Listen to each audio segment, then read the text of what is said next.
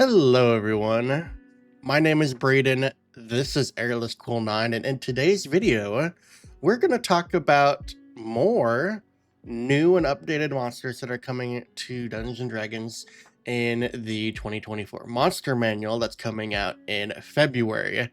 Now, Wizards of the Coast is keeping with 2024 Monster Manual, even though it is 2025.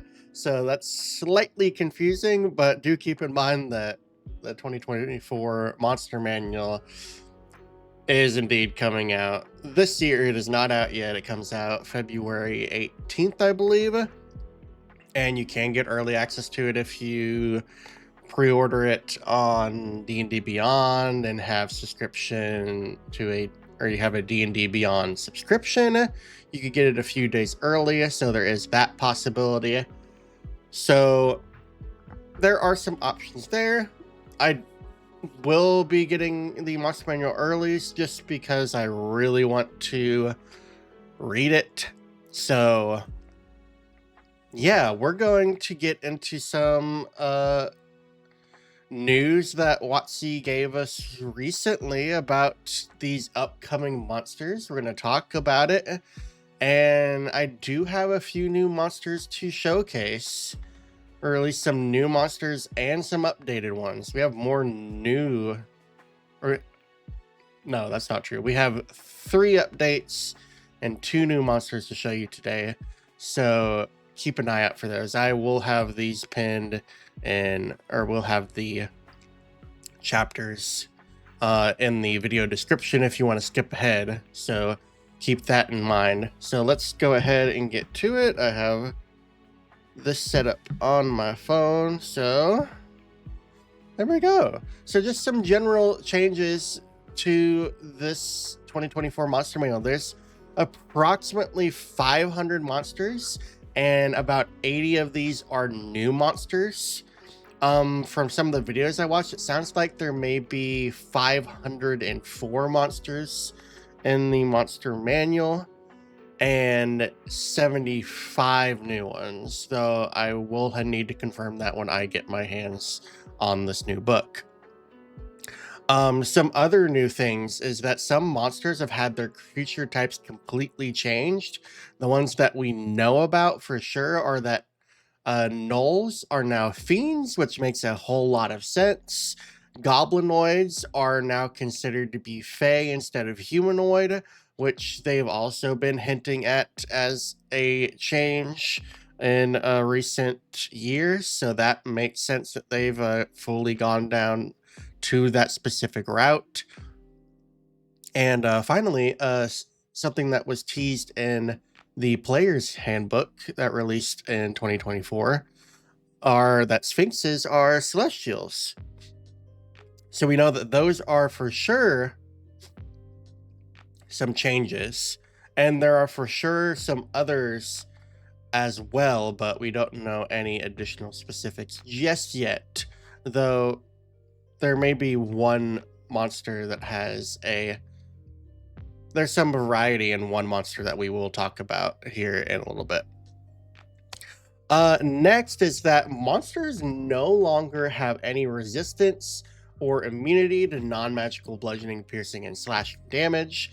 This has either been removed from the creature entirely, and the creature has been given more HP to make up for that change, or some monsters have now been given resistance to bludgeoning, piercing, and slashing damage. From what I've heard, there are only 21 creatures that have resistance to bludgeoning, piercing, and slashing. We are going to look at 2 of them today. So yeah, that's an interesting fact. I think another one of those creatures is the stone golem, which we talked about in the video before this, where I showcased quite a few monsters. I believe it was 20 something. So go check out that video if you're really interested on some unique and interesting monster changes. Next on our list, so there have been quite a few mechanical changes. ACs have been slightly changed depending on the monster. Hit points have been dramatically changed. Some creatures are now dealing more damage, or higher CR creatures are dealing more damage. Lower CR creatures are dealing less damage to balance them out. There's just a lot of different changes all across the board to help with the game balance. So that's going to be really interesting to see, because there should be at least some tiny changes to every single stat block based on what we've seen so far and what Wizards of the Coast is saying. So that will be interesting to see, is what changes they actually made to balance these monsters. And finally, so monsters have been redesigned to make sure that they are hitting their challenge rating at all times. What I mean by this is that previously, some monsters would only hit the challenge rating they were given if you chose a certain set of things to do on their turn. So there were options in their stat blocks that you would choose that would sometimes make them hit under their CR. So that is why some monsters have felt like they are significantly weaker than what their challenge rating is supposed to be. So Wizards of the Coast have taken a full they have taken a look at every single monster in the book, and they have recalculated their armor class, hit points, their damage potential, and they've changed all that just to make sure that every monster is performing at the CR that they are given at all times. This does mean that combat should be more difficult at higher levels, so we may actually see combat being a lot more balanced here in the very near future. So we will need to take a look at that to see how that goes. So very interested to see what those changes are and how that is going to impact the game. Let's go on to the next one. So some new monsters that we know are coming soon are listed here. I don't have stat blocks for these, but I did hear them mentioned in either videos or in WotC's video that just came out talking about the monster manual. So apparently there are some new stat blocks for this group of celestial beast lords that are CR20. There are either 3 stat blocks called the Beast Lord Forager, Beast Lord Hunter, and Beast Lord Sage, or there's one stat block that has 3 different options in it, which are very varied and do different things. So I'm leaning on the side that there are 3 different stat blocks, but we'll have to see when the book comes out. The Blob of Annihilation, we've known about this creature for a little bit. It is a high CR ooze that will be coming in the monster manual. There's also the Colossus, which is a high CR construct. The Death Knight will now have a lower CR variant called the Death Knight Aspirant. That's supposed to be like a soldier serving under a Death Knight. So that's interesting to see. There's a new ghast called the Ghast Gravecaller, which is a spell casting ghast, so that will be really interesting. Goblins are getting 2 additional stat blocks to join them. The Goblin Minion, which is the lowest CR version of the Goblin, so that you can throw hordes of them at your players and they can just get cut down in a single attack probably. And the Goblin Hexer, which apparently was a Goblin stat block in, I think they said 3rd or 4th edition.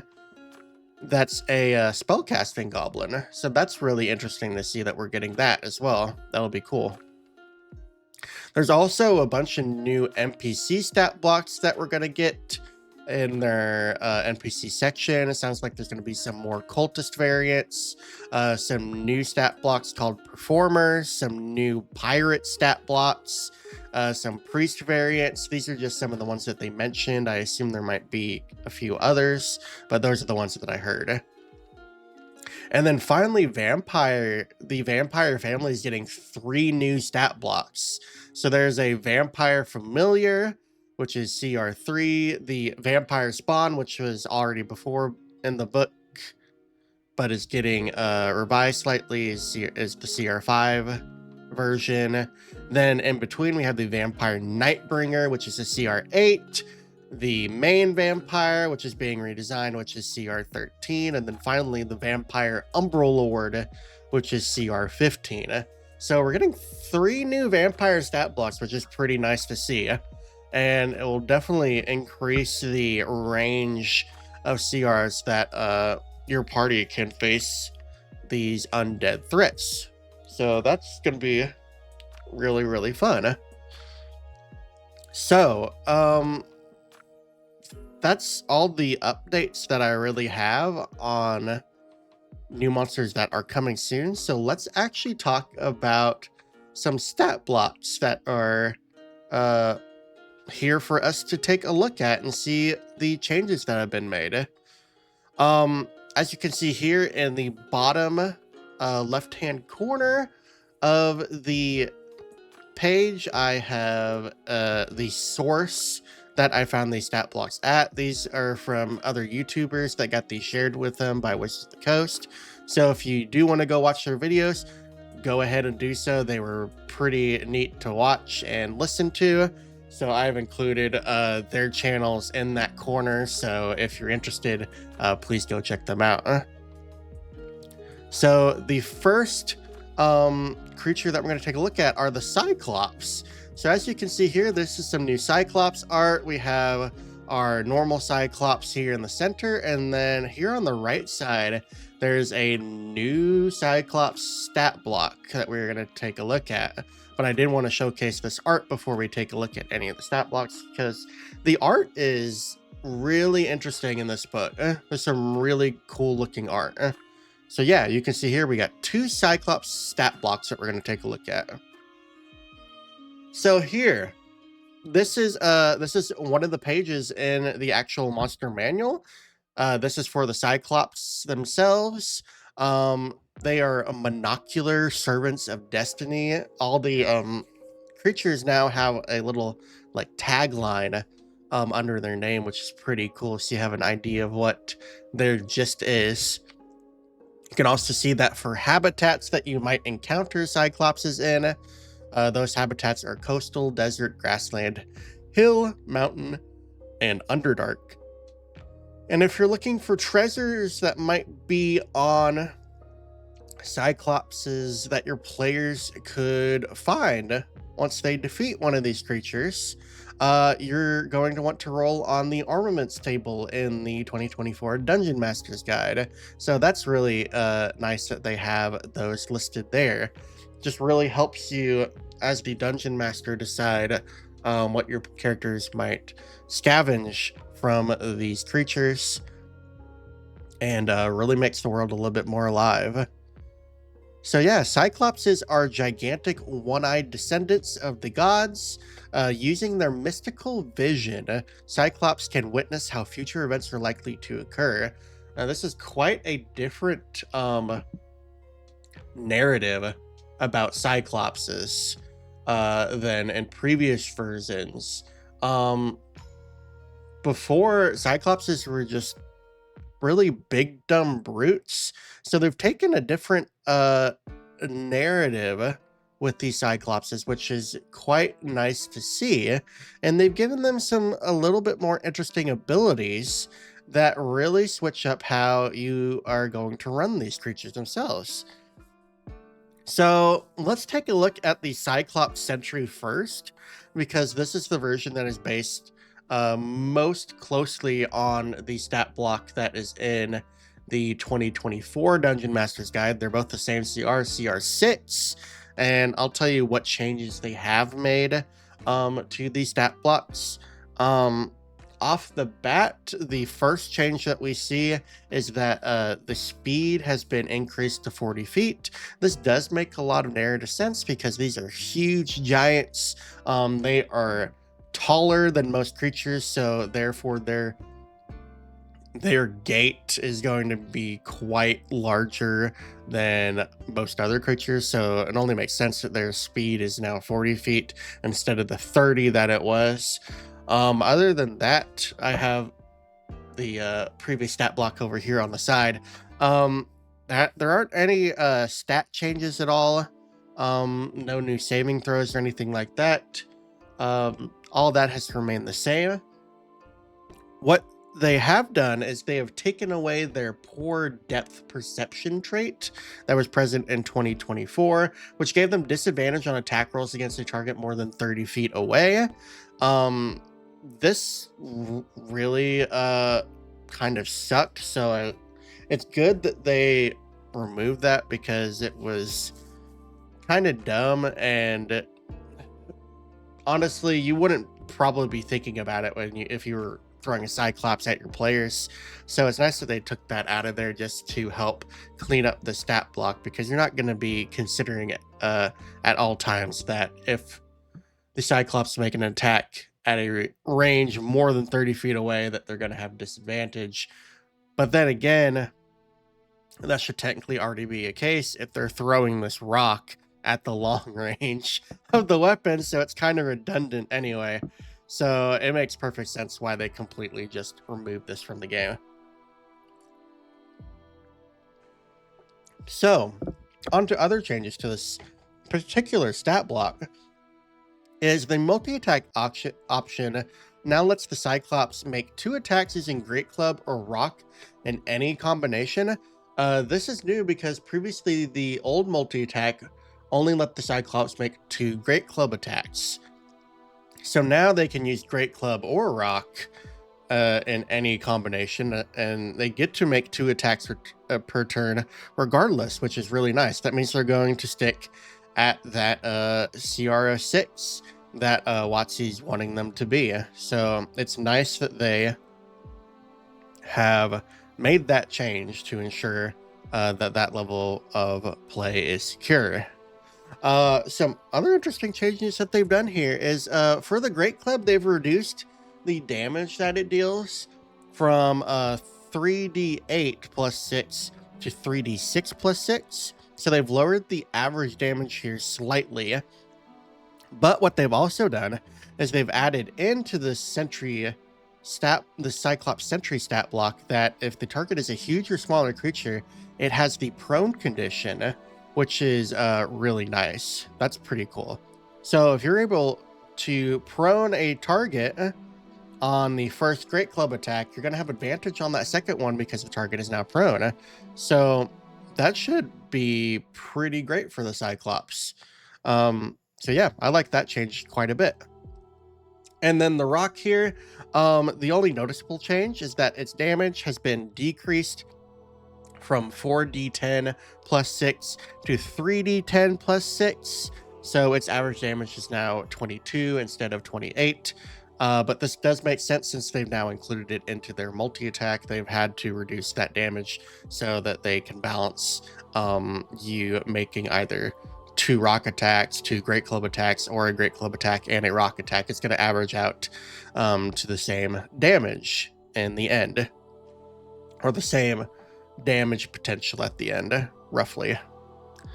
And then something that they have done, which is really neat, is they've given the Cyclops a new reaction. This is called Limited Foresight. It's a recharge of 6.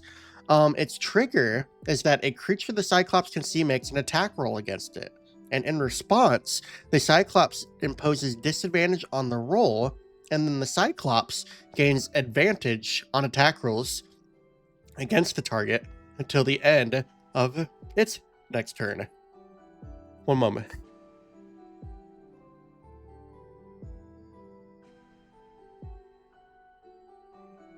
Sorry about that pause.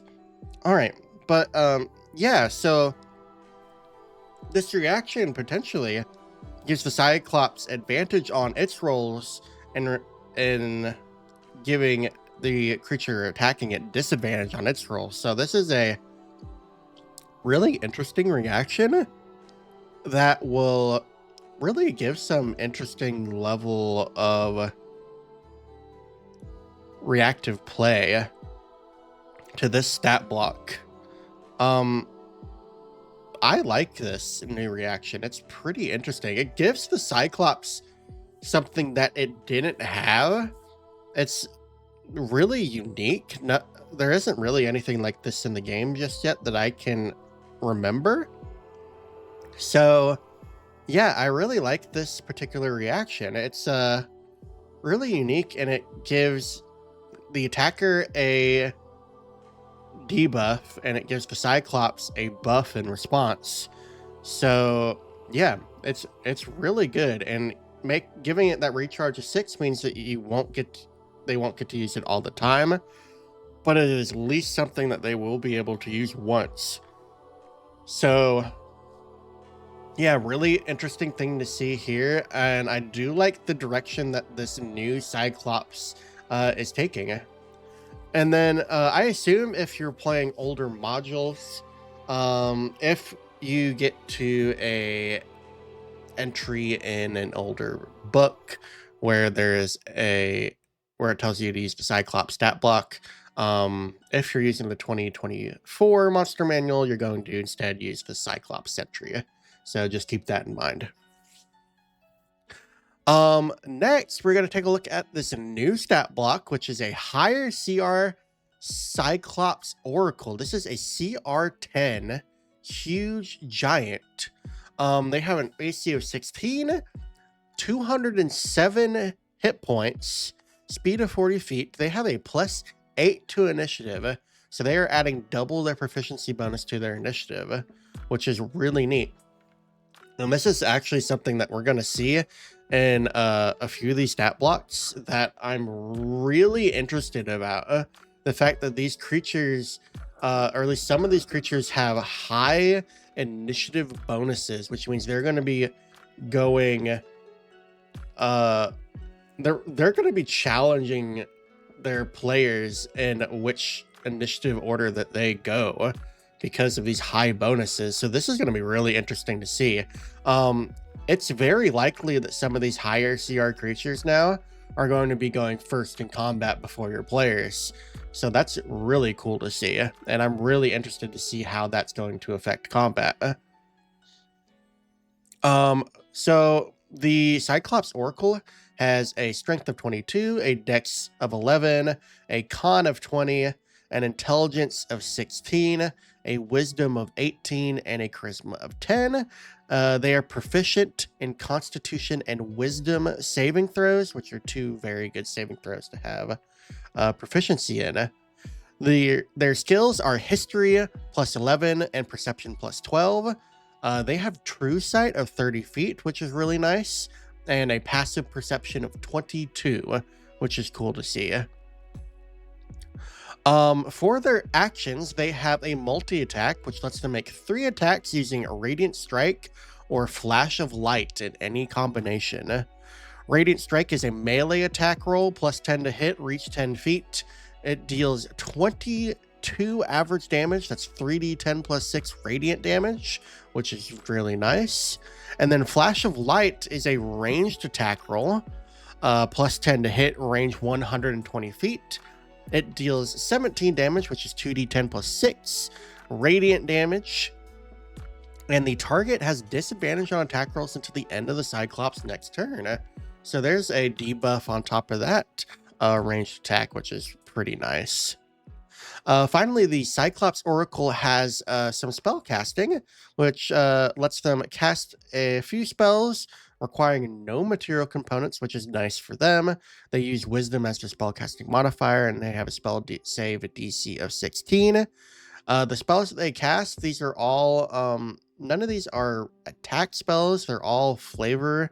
So twice per day each, they can cast Arcane Eye, Detect Magic, and Locate Object. And then once per day, they can cast Legend Lore. And then finally, The Cyclops Oracle has a reaction which appears to be an upgraded version of what the Cyclops Sentry has. This is Portent, which has a recharge of 4 to 6.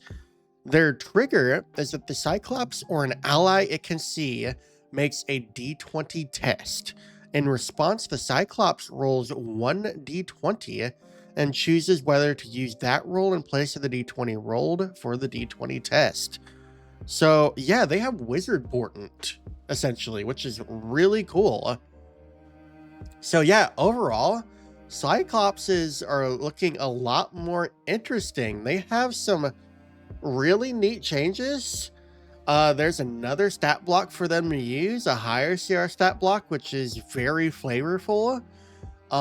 This is essentially a Cyclops that has become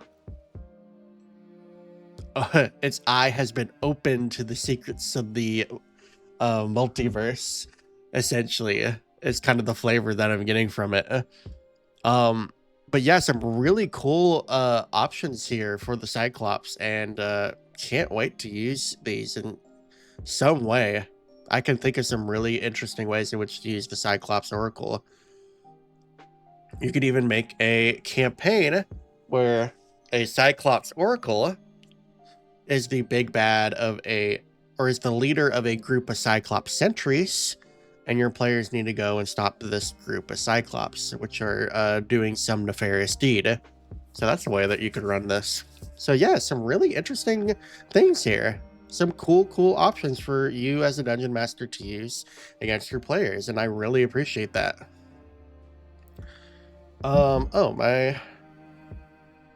Let's go ahead and move to the next slide. So next on these stat blocks that we're going to take a look at are Empyreans. So for the Empyreans, you can see here, one of the main changes that they made is that Empyreans now, they can be either Celestials or Fiends. So here on the right, we have our Celestial Empyrean, and on the left we have our Fiendish Empyrean. And you can see here all these little glyphs in the art around them, these floating motes of light. These are a new creature in the Empyrean section called Empyrean Iotas. So we have a new Empyrean stat block to look at, and these are like tiny servants of Empyreans and divine beings. So let's take a look at these stat blocks. So Empyreans are scions of the gods. They can be encountered in any habitat. The treasures that can be found in their possession are relics, which makes a whole lot of sense because they are these divine creatures. They are the you can read through all this if you want to pause the video and take a look at it, but essentially they are the spawn of deities. Good deities are going to make them a celestial, and fiendish ones are going to make them the children of evil deities. So there's a lot of variety here. Some really cool things going on in this particular stat block. And most interestingly is that we have a new Empyrean option. This is the Empyrean Iota. So this is a medium celestial or fiend. And remember, Empyreans are titans. They are a unique class of monster. There are not many titan stat blocks, but the Empyreans are one of them. So that's really neat to see. Empyreans are neutral, apparently, or at least typically. You can give them any alignment by the rules of Dungeons and Dragons, but that is the one that WotC has placed as a placeholder, essentially, because they can vary in either direction. Empyrean Iotas have an AC of 13. They have 22 hit points. Their speed is 5 feet, but they have a fly speed of 30 feet and hover, so they're probably going to be using that for their movement. They have a +2 initiative, For ability scores, they have a strength of 1, a dex of 14, a con of 10, an intelligence of 15, a wisdom of 16, and a charisma of 16. They do not have proficiency in any saves, it looks like. So there's that. For skills, they have history, insight, and perception. Resistances, they are resistant to bludgeoning, piercing, and slashing. This is to all bludgeoning and piercing and slashing, as I was talking about earlier in this video. So Empyreans have that unique resistance to those damage types. For immunities, they are immune to the prone condition, which makes sense because they do hover around, so they're not going to need, well, it's going to make a sense for them not to be prone as a result of that. They have 30 feet of true sight, which makes sense, and they have a passive perception of 15. They can speak all languages, and this is a CR1 stat block. So if you wanted to, if you wanted to give your Celestial Warlock a unique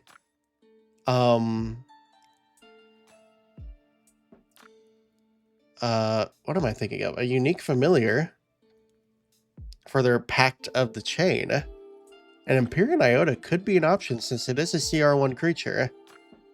It might be a little bit more powerful than some options, but it would be a really unique option. I would get you as a dungeon master would need to make that decision.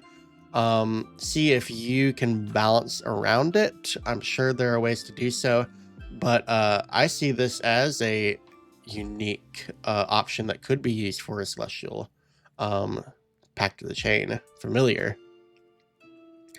For traits, they have incorporeal movement and magic resistance. Their actions are Otherworldly Strike, which is a melee or ranged attack roll, +5 to hit, reach 5 feet or range 30 feet. On a hit, it deals 1d8 +3 necrotic or radiant damage, the Empyrean's choice. The reason I think it can choose is either it's either going to be a Celestial or Fiend, so it's either going to tend to be more towards dealing radiant damage or necrotic damage depending on that creature type. So yeah, some variety there. For spell casting, requiring no material components and using Wisdom as a spellcasting ability, they can cast these spells Bless and Lesser Restoration once per day each.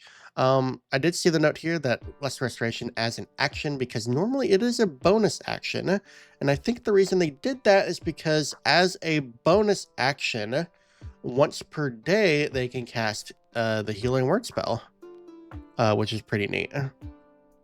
So that's why they could essentially cast Lesser Restoration and Healing Word on the same turn if they wanted to, since neither of these options use a spell slot. So that's cool to see there.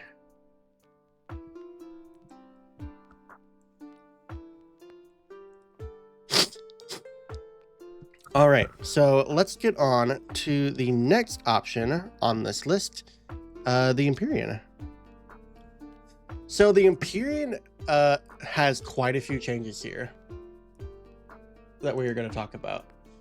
Since there are some significant ones and some less significant ones. So as you can see here, like the Iota, the Empyrean can be a huge Celestial or Fiend. It is a Titan, of course, and its alignment is neutral. It used to be unaligned, which is quite interesting. Its armor class has not changed. Its hit points have been increased from 313 to 346. They've added 2 hit dice, which is pretty cool to see. So higher hit points, which is nice. Speeds are the same, except they've added in hover to the fly speed, which is cool. They have a +19 to initiative. They are double proficient in initiative, and they're adding in their +5 dex bonus. So they have a +19 to initiative rolls, or a static 29 initiative. If you're fighting an Empyrean, it is probably going before you, unless you are some hopped up rogue build. Yeah, that's really interesting to see there. Some really cool stuff. So, for saving throws, they have proficiency in strength and wisdom saving throws. They used to also have proficiency in intelligence and charisma saving throws. Those have been taken away, which I think is all right. For skills, they still retain insight and perception. They had those before. Perception is slightly lower.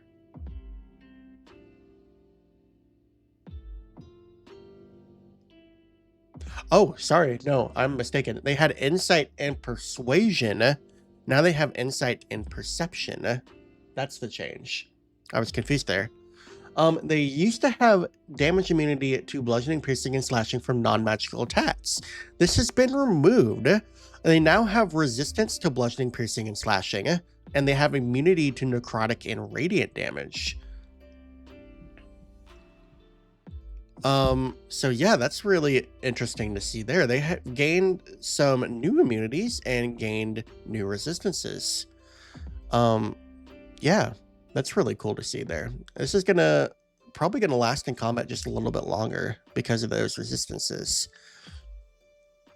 They have 120 feet of true sight as sense. Their passive perception is now 23. It used to be 16, so that's greatly increased. Empyreans speak all languages, and they are a CR 23. That has not changed. So what has changed here is that the Empyrean now has 4 legendary resistances per day. It used to be 3. So they have added an additional legendary resistance, which is really neat. They still have magic resistance. Innate spellcasting has been moved into actions as spellcasting, which makes sense for them to change that. They've removed magic weapons because that's a part of the stat block now. There used to be a trait called alignment, which there was a 75% chance of an Empyrean being chaotic good and a 25% chance of it being neutral evil. They've removed that, which makes sense. So let's get into actions because these have changed quite a bit. They used to have a maul attack and a bolt attack. What we see here is that has changed. So first of all, they did not have a multi-attack. So multi-attack is completely new to the stat block. The Empyrean now makes 2 attacks using Sacred Weapon or Divine Ray in any combination. Sacred Weapon is a new melee attack roll. It has a plus 17 to hit, a reach of 10 feet.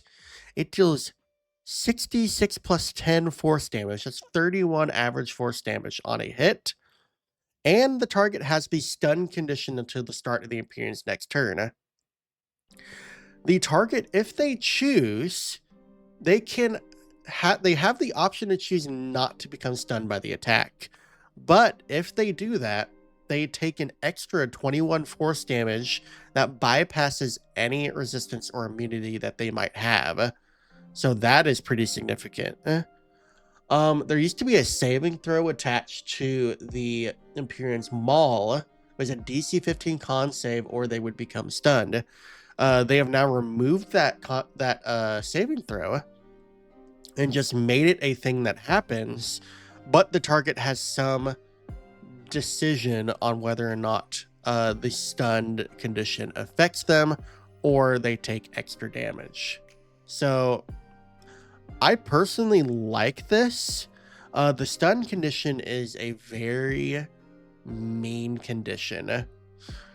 Wizards of the Coast has changed it with the 2024 rules, where you can now move while you're stunned, so that's pretty nice.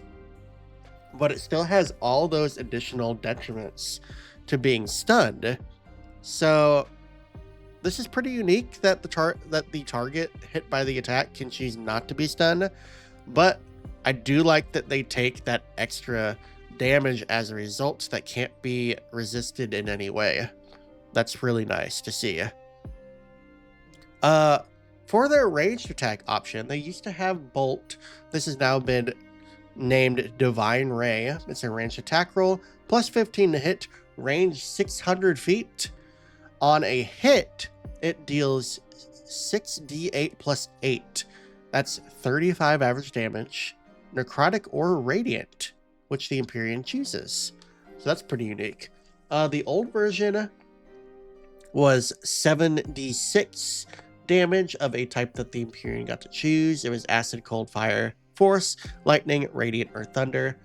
I understand why they've just simplified it to either necrotic or radiant damage. Makes perfect sense to me, since this is either celestial or fiend. For spell casting, this has probably changed quite a bit. So let me look at this. So the Empyrean casts one of the following spells requiring no material components and using charisma as the spell casting ability. Spell save DC 23. At will, they can cast Calm Emotions, Greater Restoration, and Pass Without Trace, Water Breathing, and once per day each they cast Commune, Dispel Evil and Good, and Plane Shift. So what did they gain and what did they lose? So Calm Emotions is a new spell that they've added at will. They have removed Water Walk from their things. So that's interesting to see. They've replaced Water Walk with Calm Emotions. And then for the once per day, they have removed Earthquake and Firestorm. So I feel like the reason that they removed Earthquake and Firestorm because they want you to focus on using your multi-attack on your turn, which makes a lot of sense. They're wanting to ensure that you stay at that CR of 23. That's why they've removed those damaging options. Water Walk, I'm sure they've removed because the Celestial has a swim speed and a fly speed in which they can hover. So it was kind of redundant. There wasn't really a need for it. So that makes sense to me why they would remove that particular option.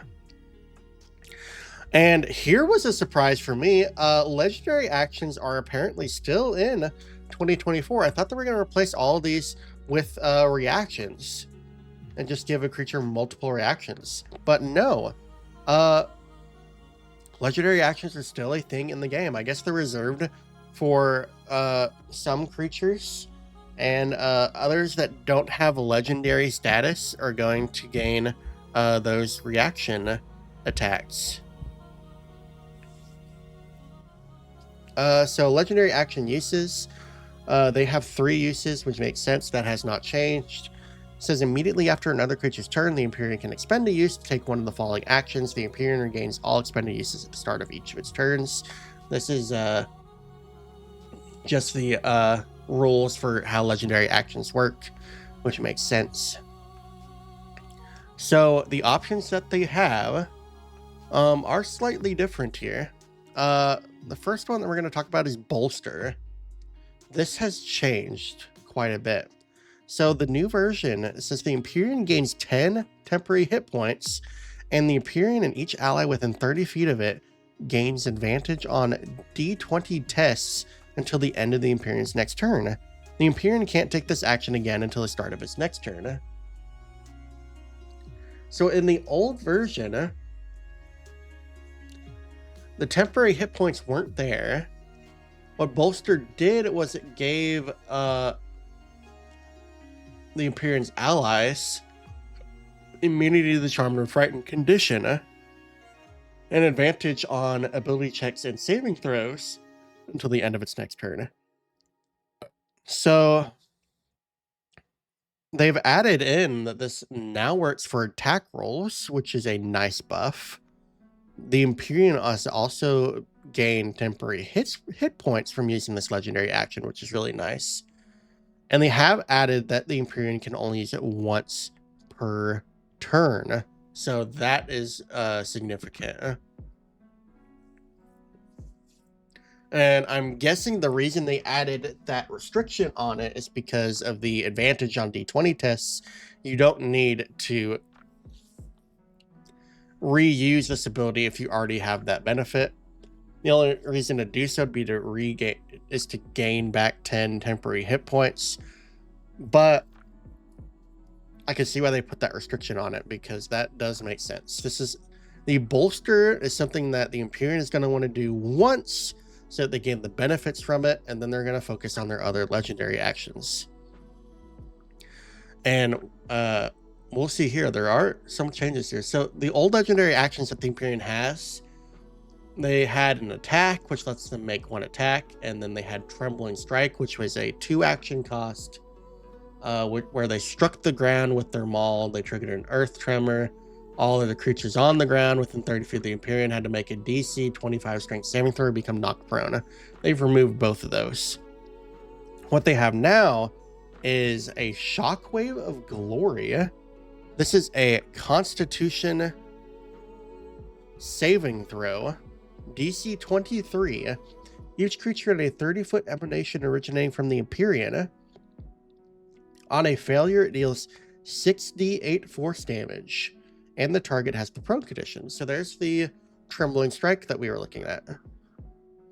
On a success, they take half damage. And then on a failure or success, the Empyrean can't take this action again until the start of its next turn. So this is, once again, a once per turn ability. So ideally, if you're wanting to use this Empyrean, you're going to be using Bolster once, then use Shockwave of Glory once, and then use your Smite. Alternatively, if you really wanted to, you could do Smite twice and Shockwave of Glory, or you can switch these up around any way you want. And let me just mention, Smite says that the Empyrean makes 1 Divine Ray attack. So yeah, these are really neat legendary actions. I like the flavor here. Shockwave of Glory is really cool. Bolster is going to be really beneficial. And then Smite is there just in case the Empyrean needs to make an attack. Interesting that it's just the Divine Ray. But I don't see a huge problem with that. Because they have the other 2 options they have are pretty great. So yeah, some really interesting options here. And ideally, Smite is something that the Empyrean are probably going to use when they're flying up in the air, because they have fly speed. So they're going to be wanting to do that. But yeah, overall, really unique changes here. This is a very different Empyrean. I feel like it is doing a lot that the previous version did not. There's a lot going on here. It has lost some things, but it's also gained some really unique things. And it is working in almost a completely different way than the old version. So a lot of cool things going on here. I'm sure this would be, I'm pretty sure just by looking at what they have been given here that this is a much more difficult encounter than the old Empyrean. Just from a cursory glance, there's a lot more going on here that they can do. So it makes me think this would be more of a challenge. So yeah, I like this. This is pretty nice. So the last creature stat block that we're going to take a look at is the half dragon. So as you can see here, the half dragon has some new art, which is quite different. They are a lot more brutish and animalistic and draconic than their previous version, and this is also due to the fact that their lore has changed slightly, and their stat block is actually quite different as well. So we'll talk about the differences here. So half dragons are warriors created by dragons through magical rites. They are more often created by chromatic dragons than metallic dragons, as this lore indicates. Though it is not impossible for there to be metallic half dragons. It's just not as prevalent. Half dragons can be found in any habitat, and for treasures that can be found on them, these are from the armaments list. So the version that we have in 2014 is the half red dragon veteran. This is essentially a template. So they've completely taken away the template version and just given us a half dragon stat block, which is cool to see. But there are a lot of changes to the stat block in general. So let's talk about them. First off, they changed the creature type of the half dragon. It is a medium dragon. It used to be a medium humanoid. So their creature type has changed, which is quite interesting. Alignment is now neutral instead of any alignment, which is interesting. Their armor class is still 18, but their hit points has been increased from 65 to 105. So that's a significant increase there. Their speed has also been increased from 30 feet to 40 feet, which is nothing to shirk at. They have a +5 bonus to initiative, which is a lot higher than before. Their stats have actually changed slightly, so let's talk about them. Their new ability scores are Strength 19, Dex 14, Con 16, Intelligence 10, Wisdom 15, and Charisma 14. The main changes that I can see here are Strength used to be 16, it has been increased. Dexterity used to be 13, that has been increased. Constitution used to be 14, that's been increased. Wisdom used to be 11, so that's been increased, and Charisma used to be 10, so that has also been increased. So they changed 5 out of the 4 stats for the half dragon, which is pretty interesting. Also interesting is that the old half dragon didn't have any saving throw proficiencies. The new version looks like it has proficiency in dexterity saving throws and wisdom saving throws. So that's quite interesting to see those changes there. And for skills, athletics is a +7, perception is a +5, and stealth is a +5. The old half dragon did not have stealth proficiency, so that's completely new. And the old athletics and perception skills were quite lower. Athletics was a +5 and perception was a +2. So these bonuses have been increased based on their proficiency, which is really interesting. They have higher bonuses from these now.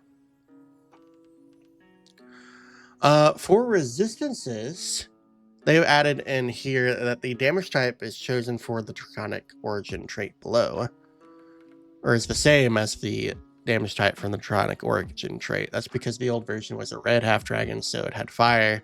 So this just varies depending on the type of dragon it is.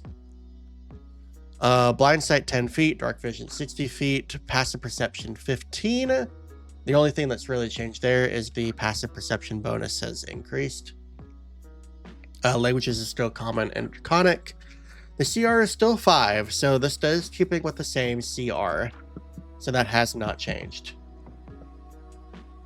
So they have a new trait called Draconic Origin. This lets them just choose a damage type based on the dragon that they're associated with: acid, cold, fire, lightning, or poison. And this affects their stat block in some ways. So for actions, they do have a multi-attack. They make 2 claw attacks now. Beforehand, they used to make 2 longsword attacks, and if they had a short sword drawn, they could also make a short sword attack. They no longer have a longsword, short sword, or a heavy crossbow attack, and their fire breath has been just changed to dragon's breath. So their actions are completely different, essentially. So for the new half dragon, the claw attack is a melee attack roll, +7 to hit, reach 10 feet. They have an increased range on that, which is significant. On a hit, it deals 1d4 + 4 slashing damage, plus 2d6 damage of the type chosen for the Draconic Origin trait. So that's pretty unique. And then finally, Dragon's Breath is a recharge 5 to 6 dexterity saving throw, DC 14. Each creature in a 30-foot cone.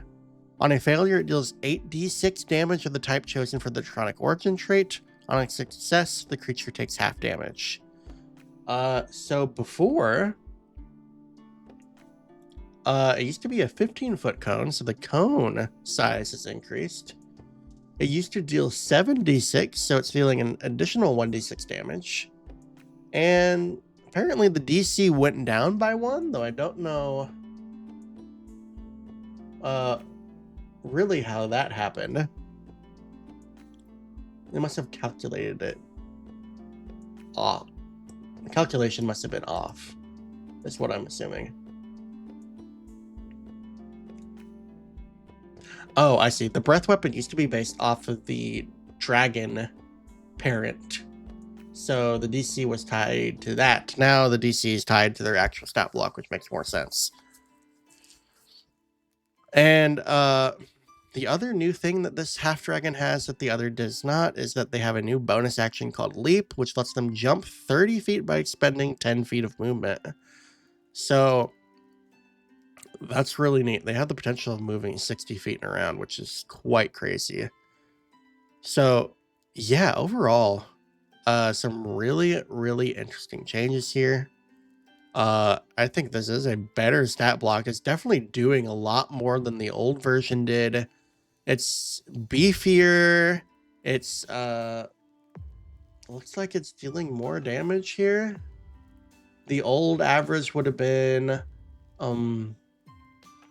22, and the new, or the highest average for the old stat block would have been 22. This new version is 26, which is really good, really interesting. And even the breath weapon average is higher as well. So yeah, there's a lot happening with this new half dragon. So some really cool things going on here. I like to see that they're doing a lot more for the stat block. There's a lot going on here. So that's all the changes I have for today. There's a lot going on in this new monster manual. So yeah, we're gonna take a look at it as soon as it comes out. I'm really excited to see all these changes here. We have more videos gonna be coming out on this, I believe. I should have this out before this video releases, but there's a video coming out on dragons that WotC will be releasing, so keep an eye out for that. If you're interested in dragons, which I'm sure a lot of people are. But yeah, that's gonna be it for this video. There's a lot of interesting changes coming. I'm excited to see them, and I hope all of you are too, so keep an eye out for that. But thanks for watching. I greatly appreciate your support. Please like and subscribe if you enjoyed this video. I'm working on increasing the popularity of my channel, so I greatly appreciate your support, and I will catch you all in the next video. Thanks, guys. See you later.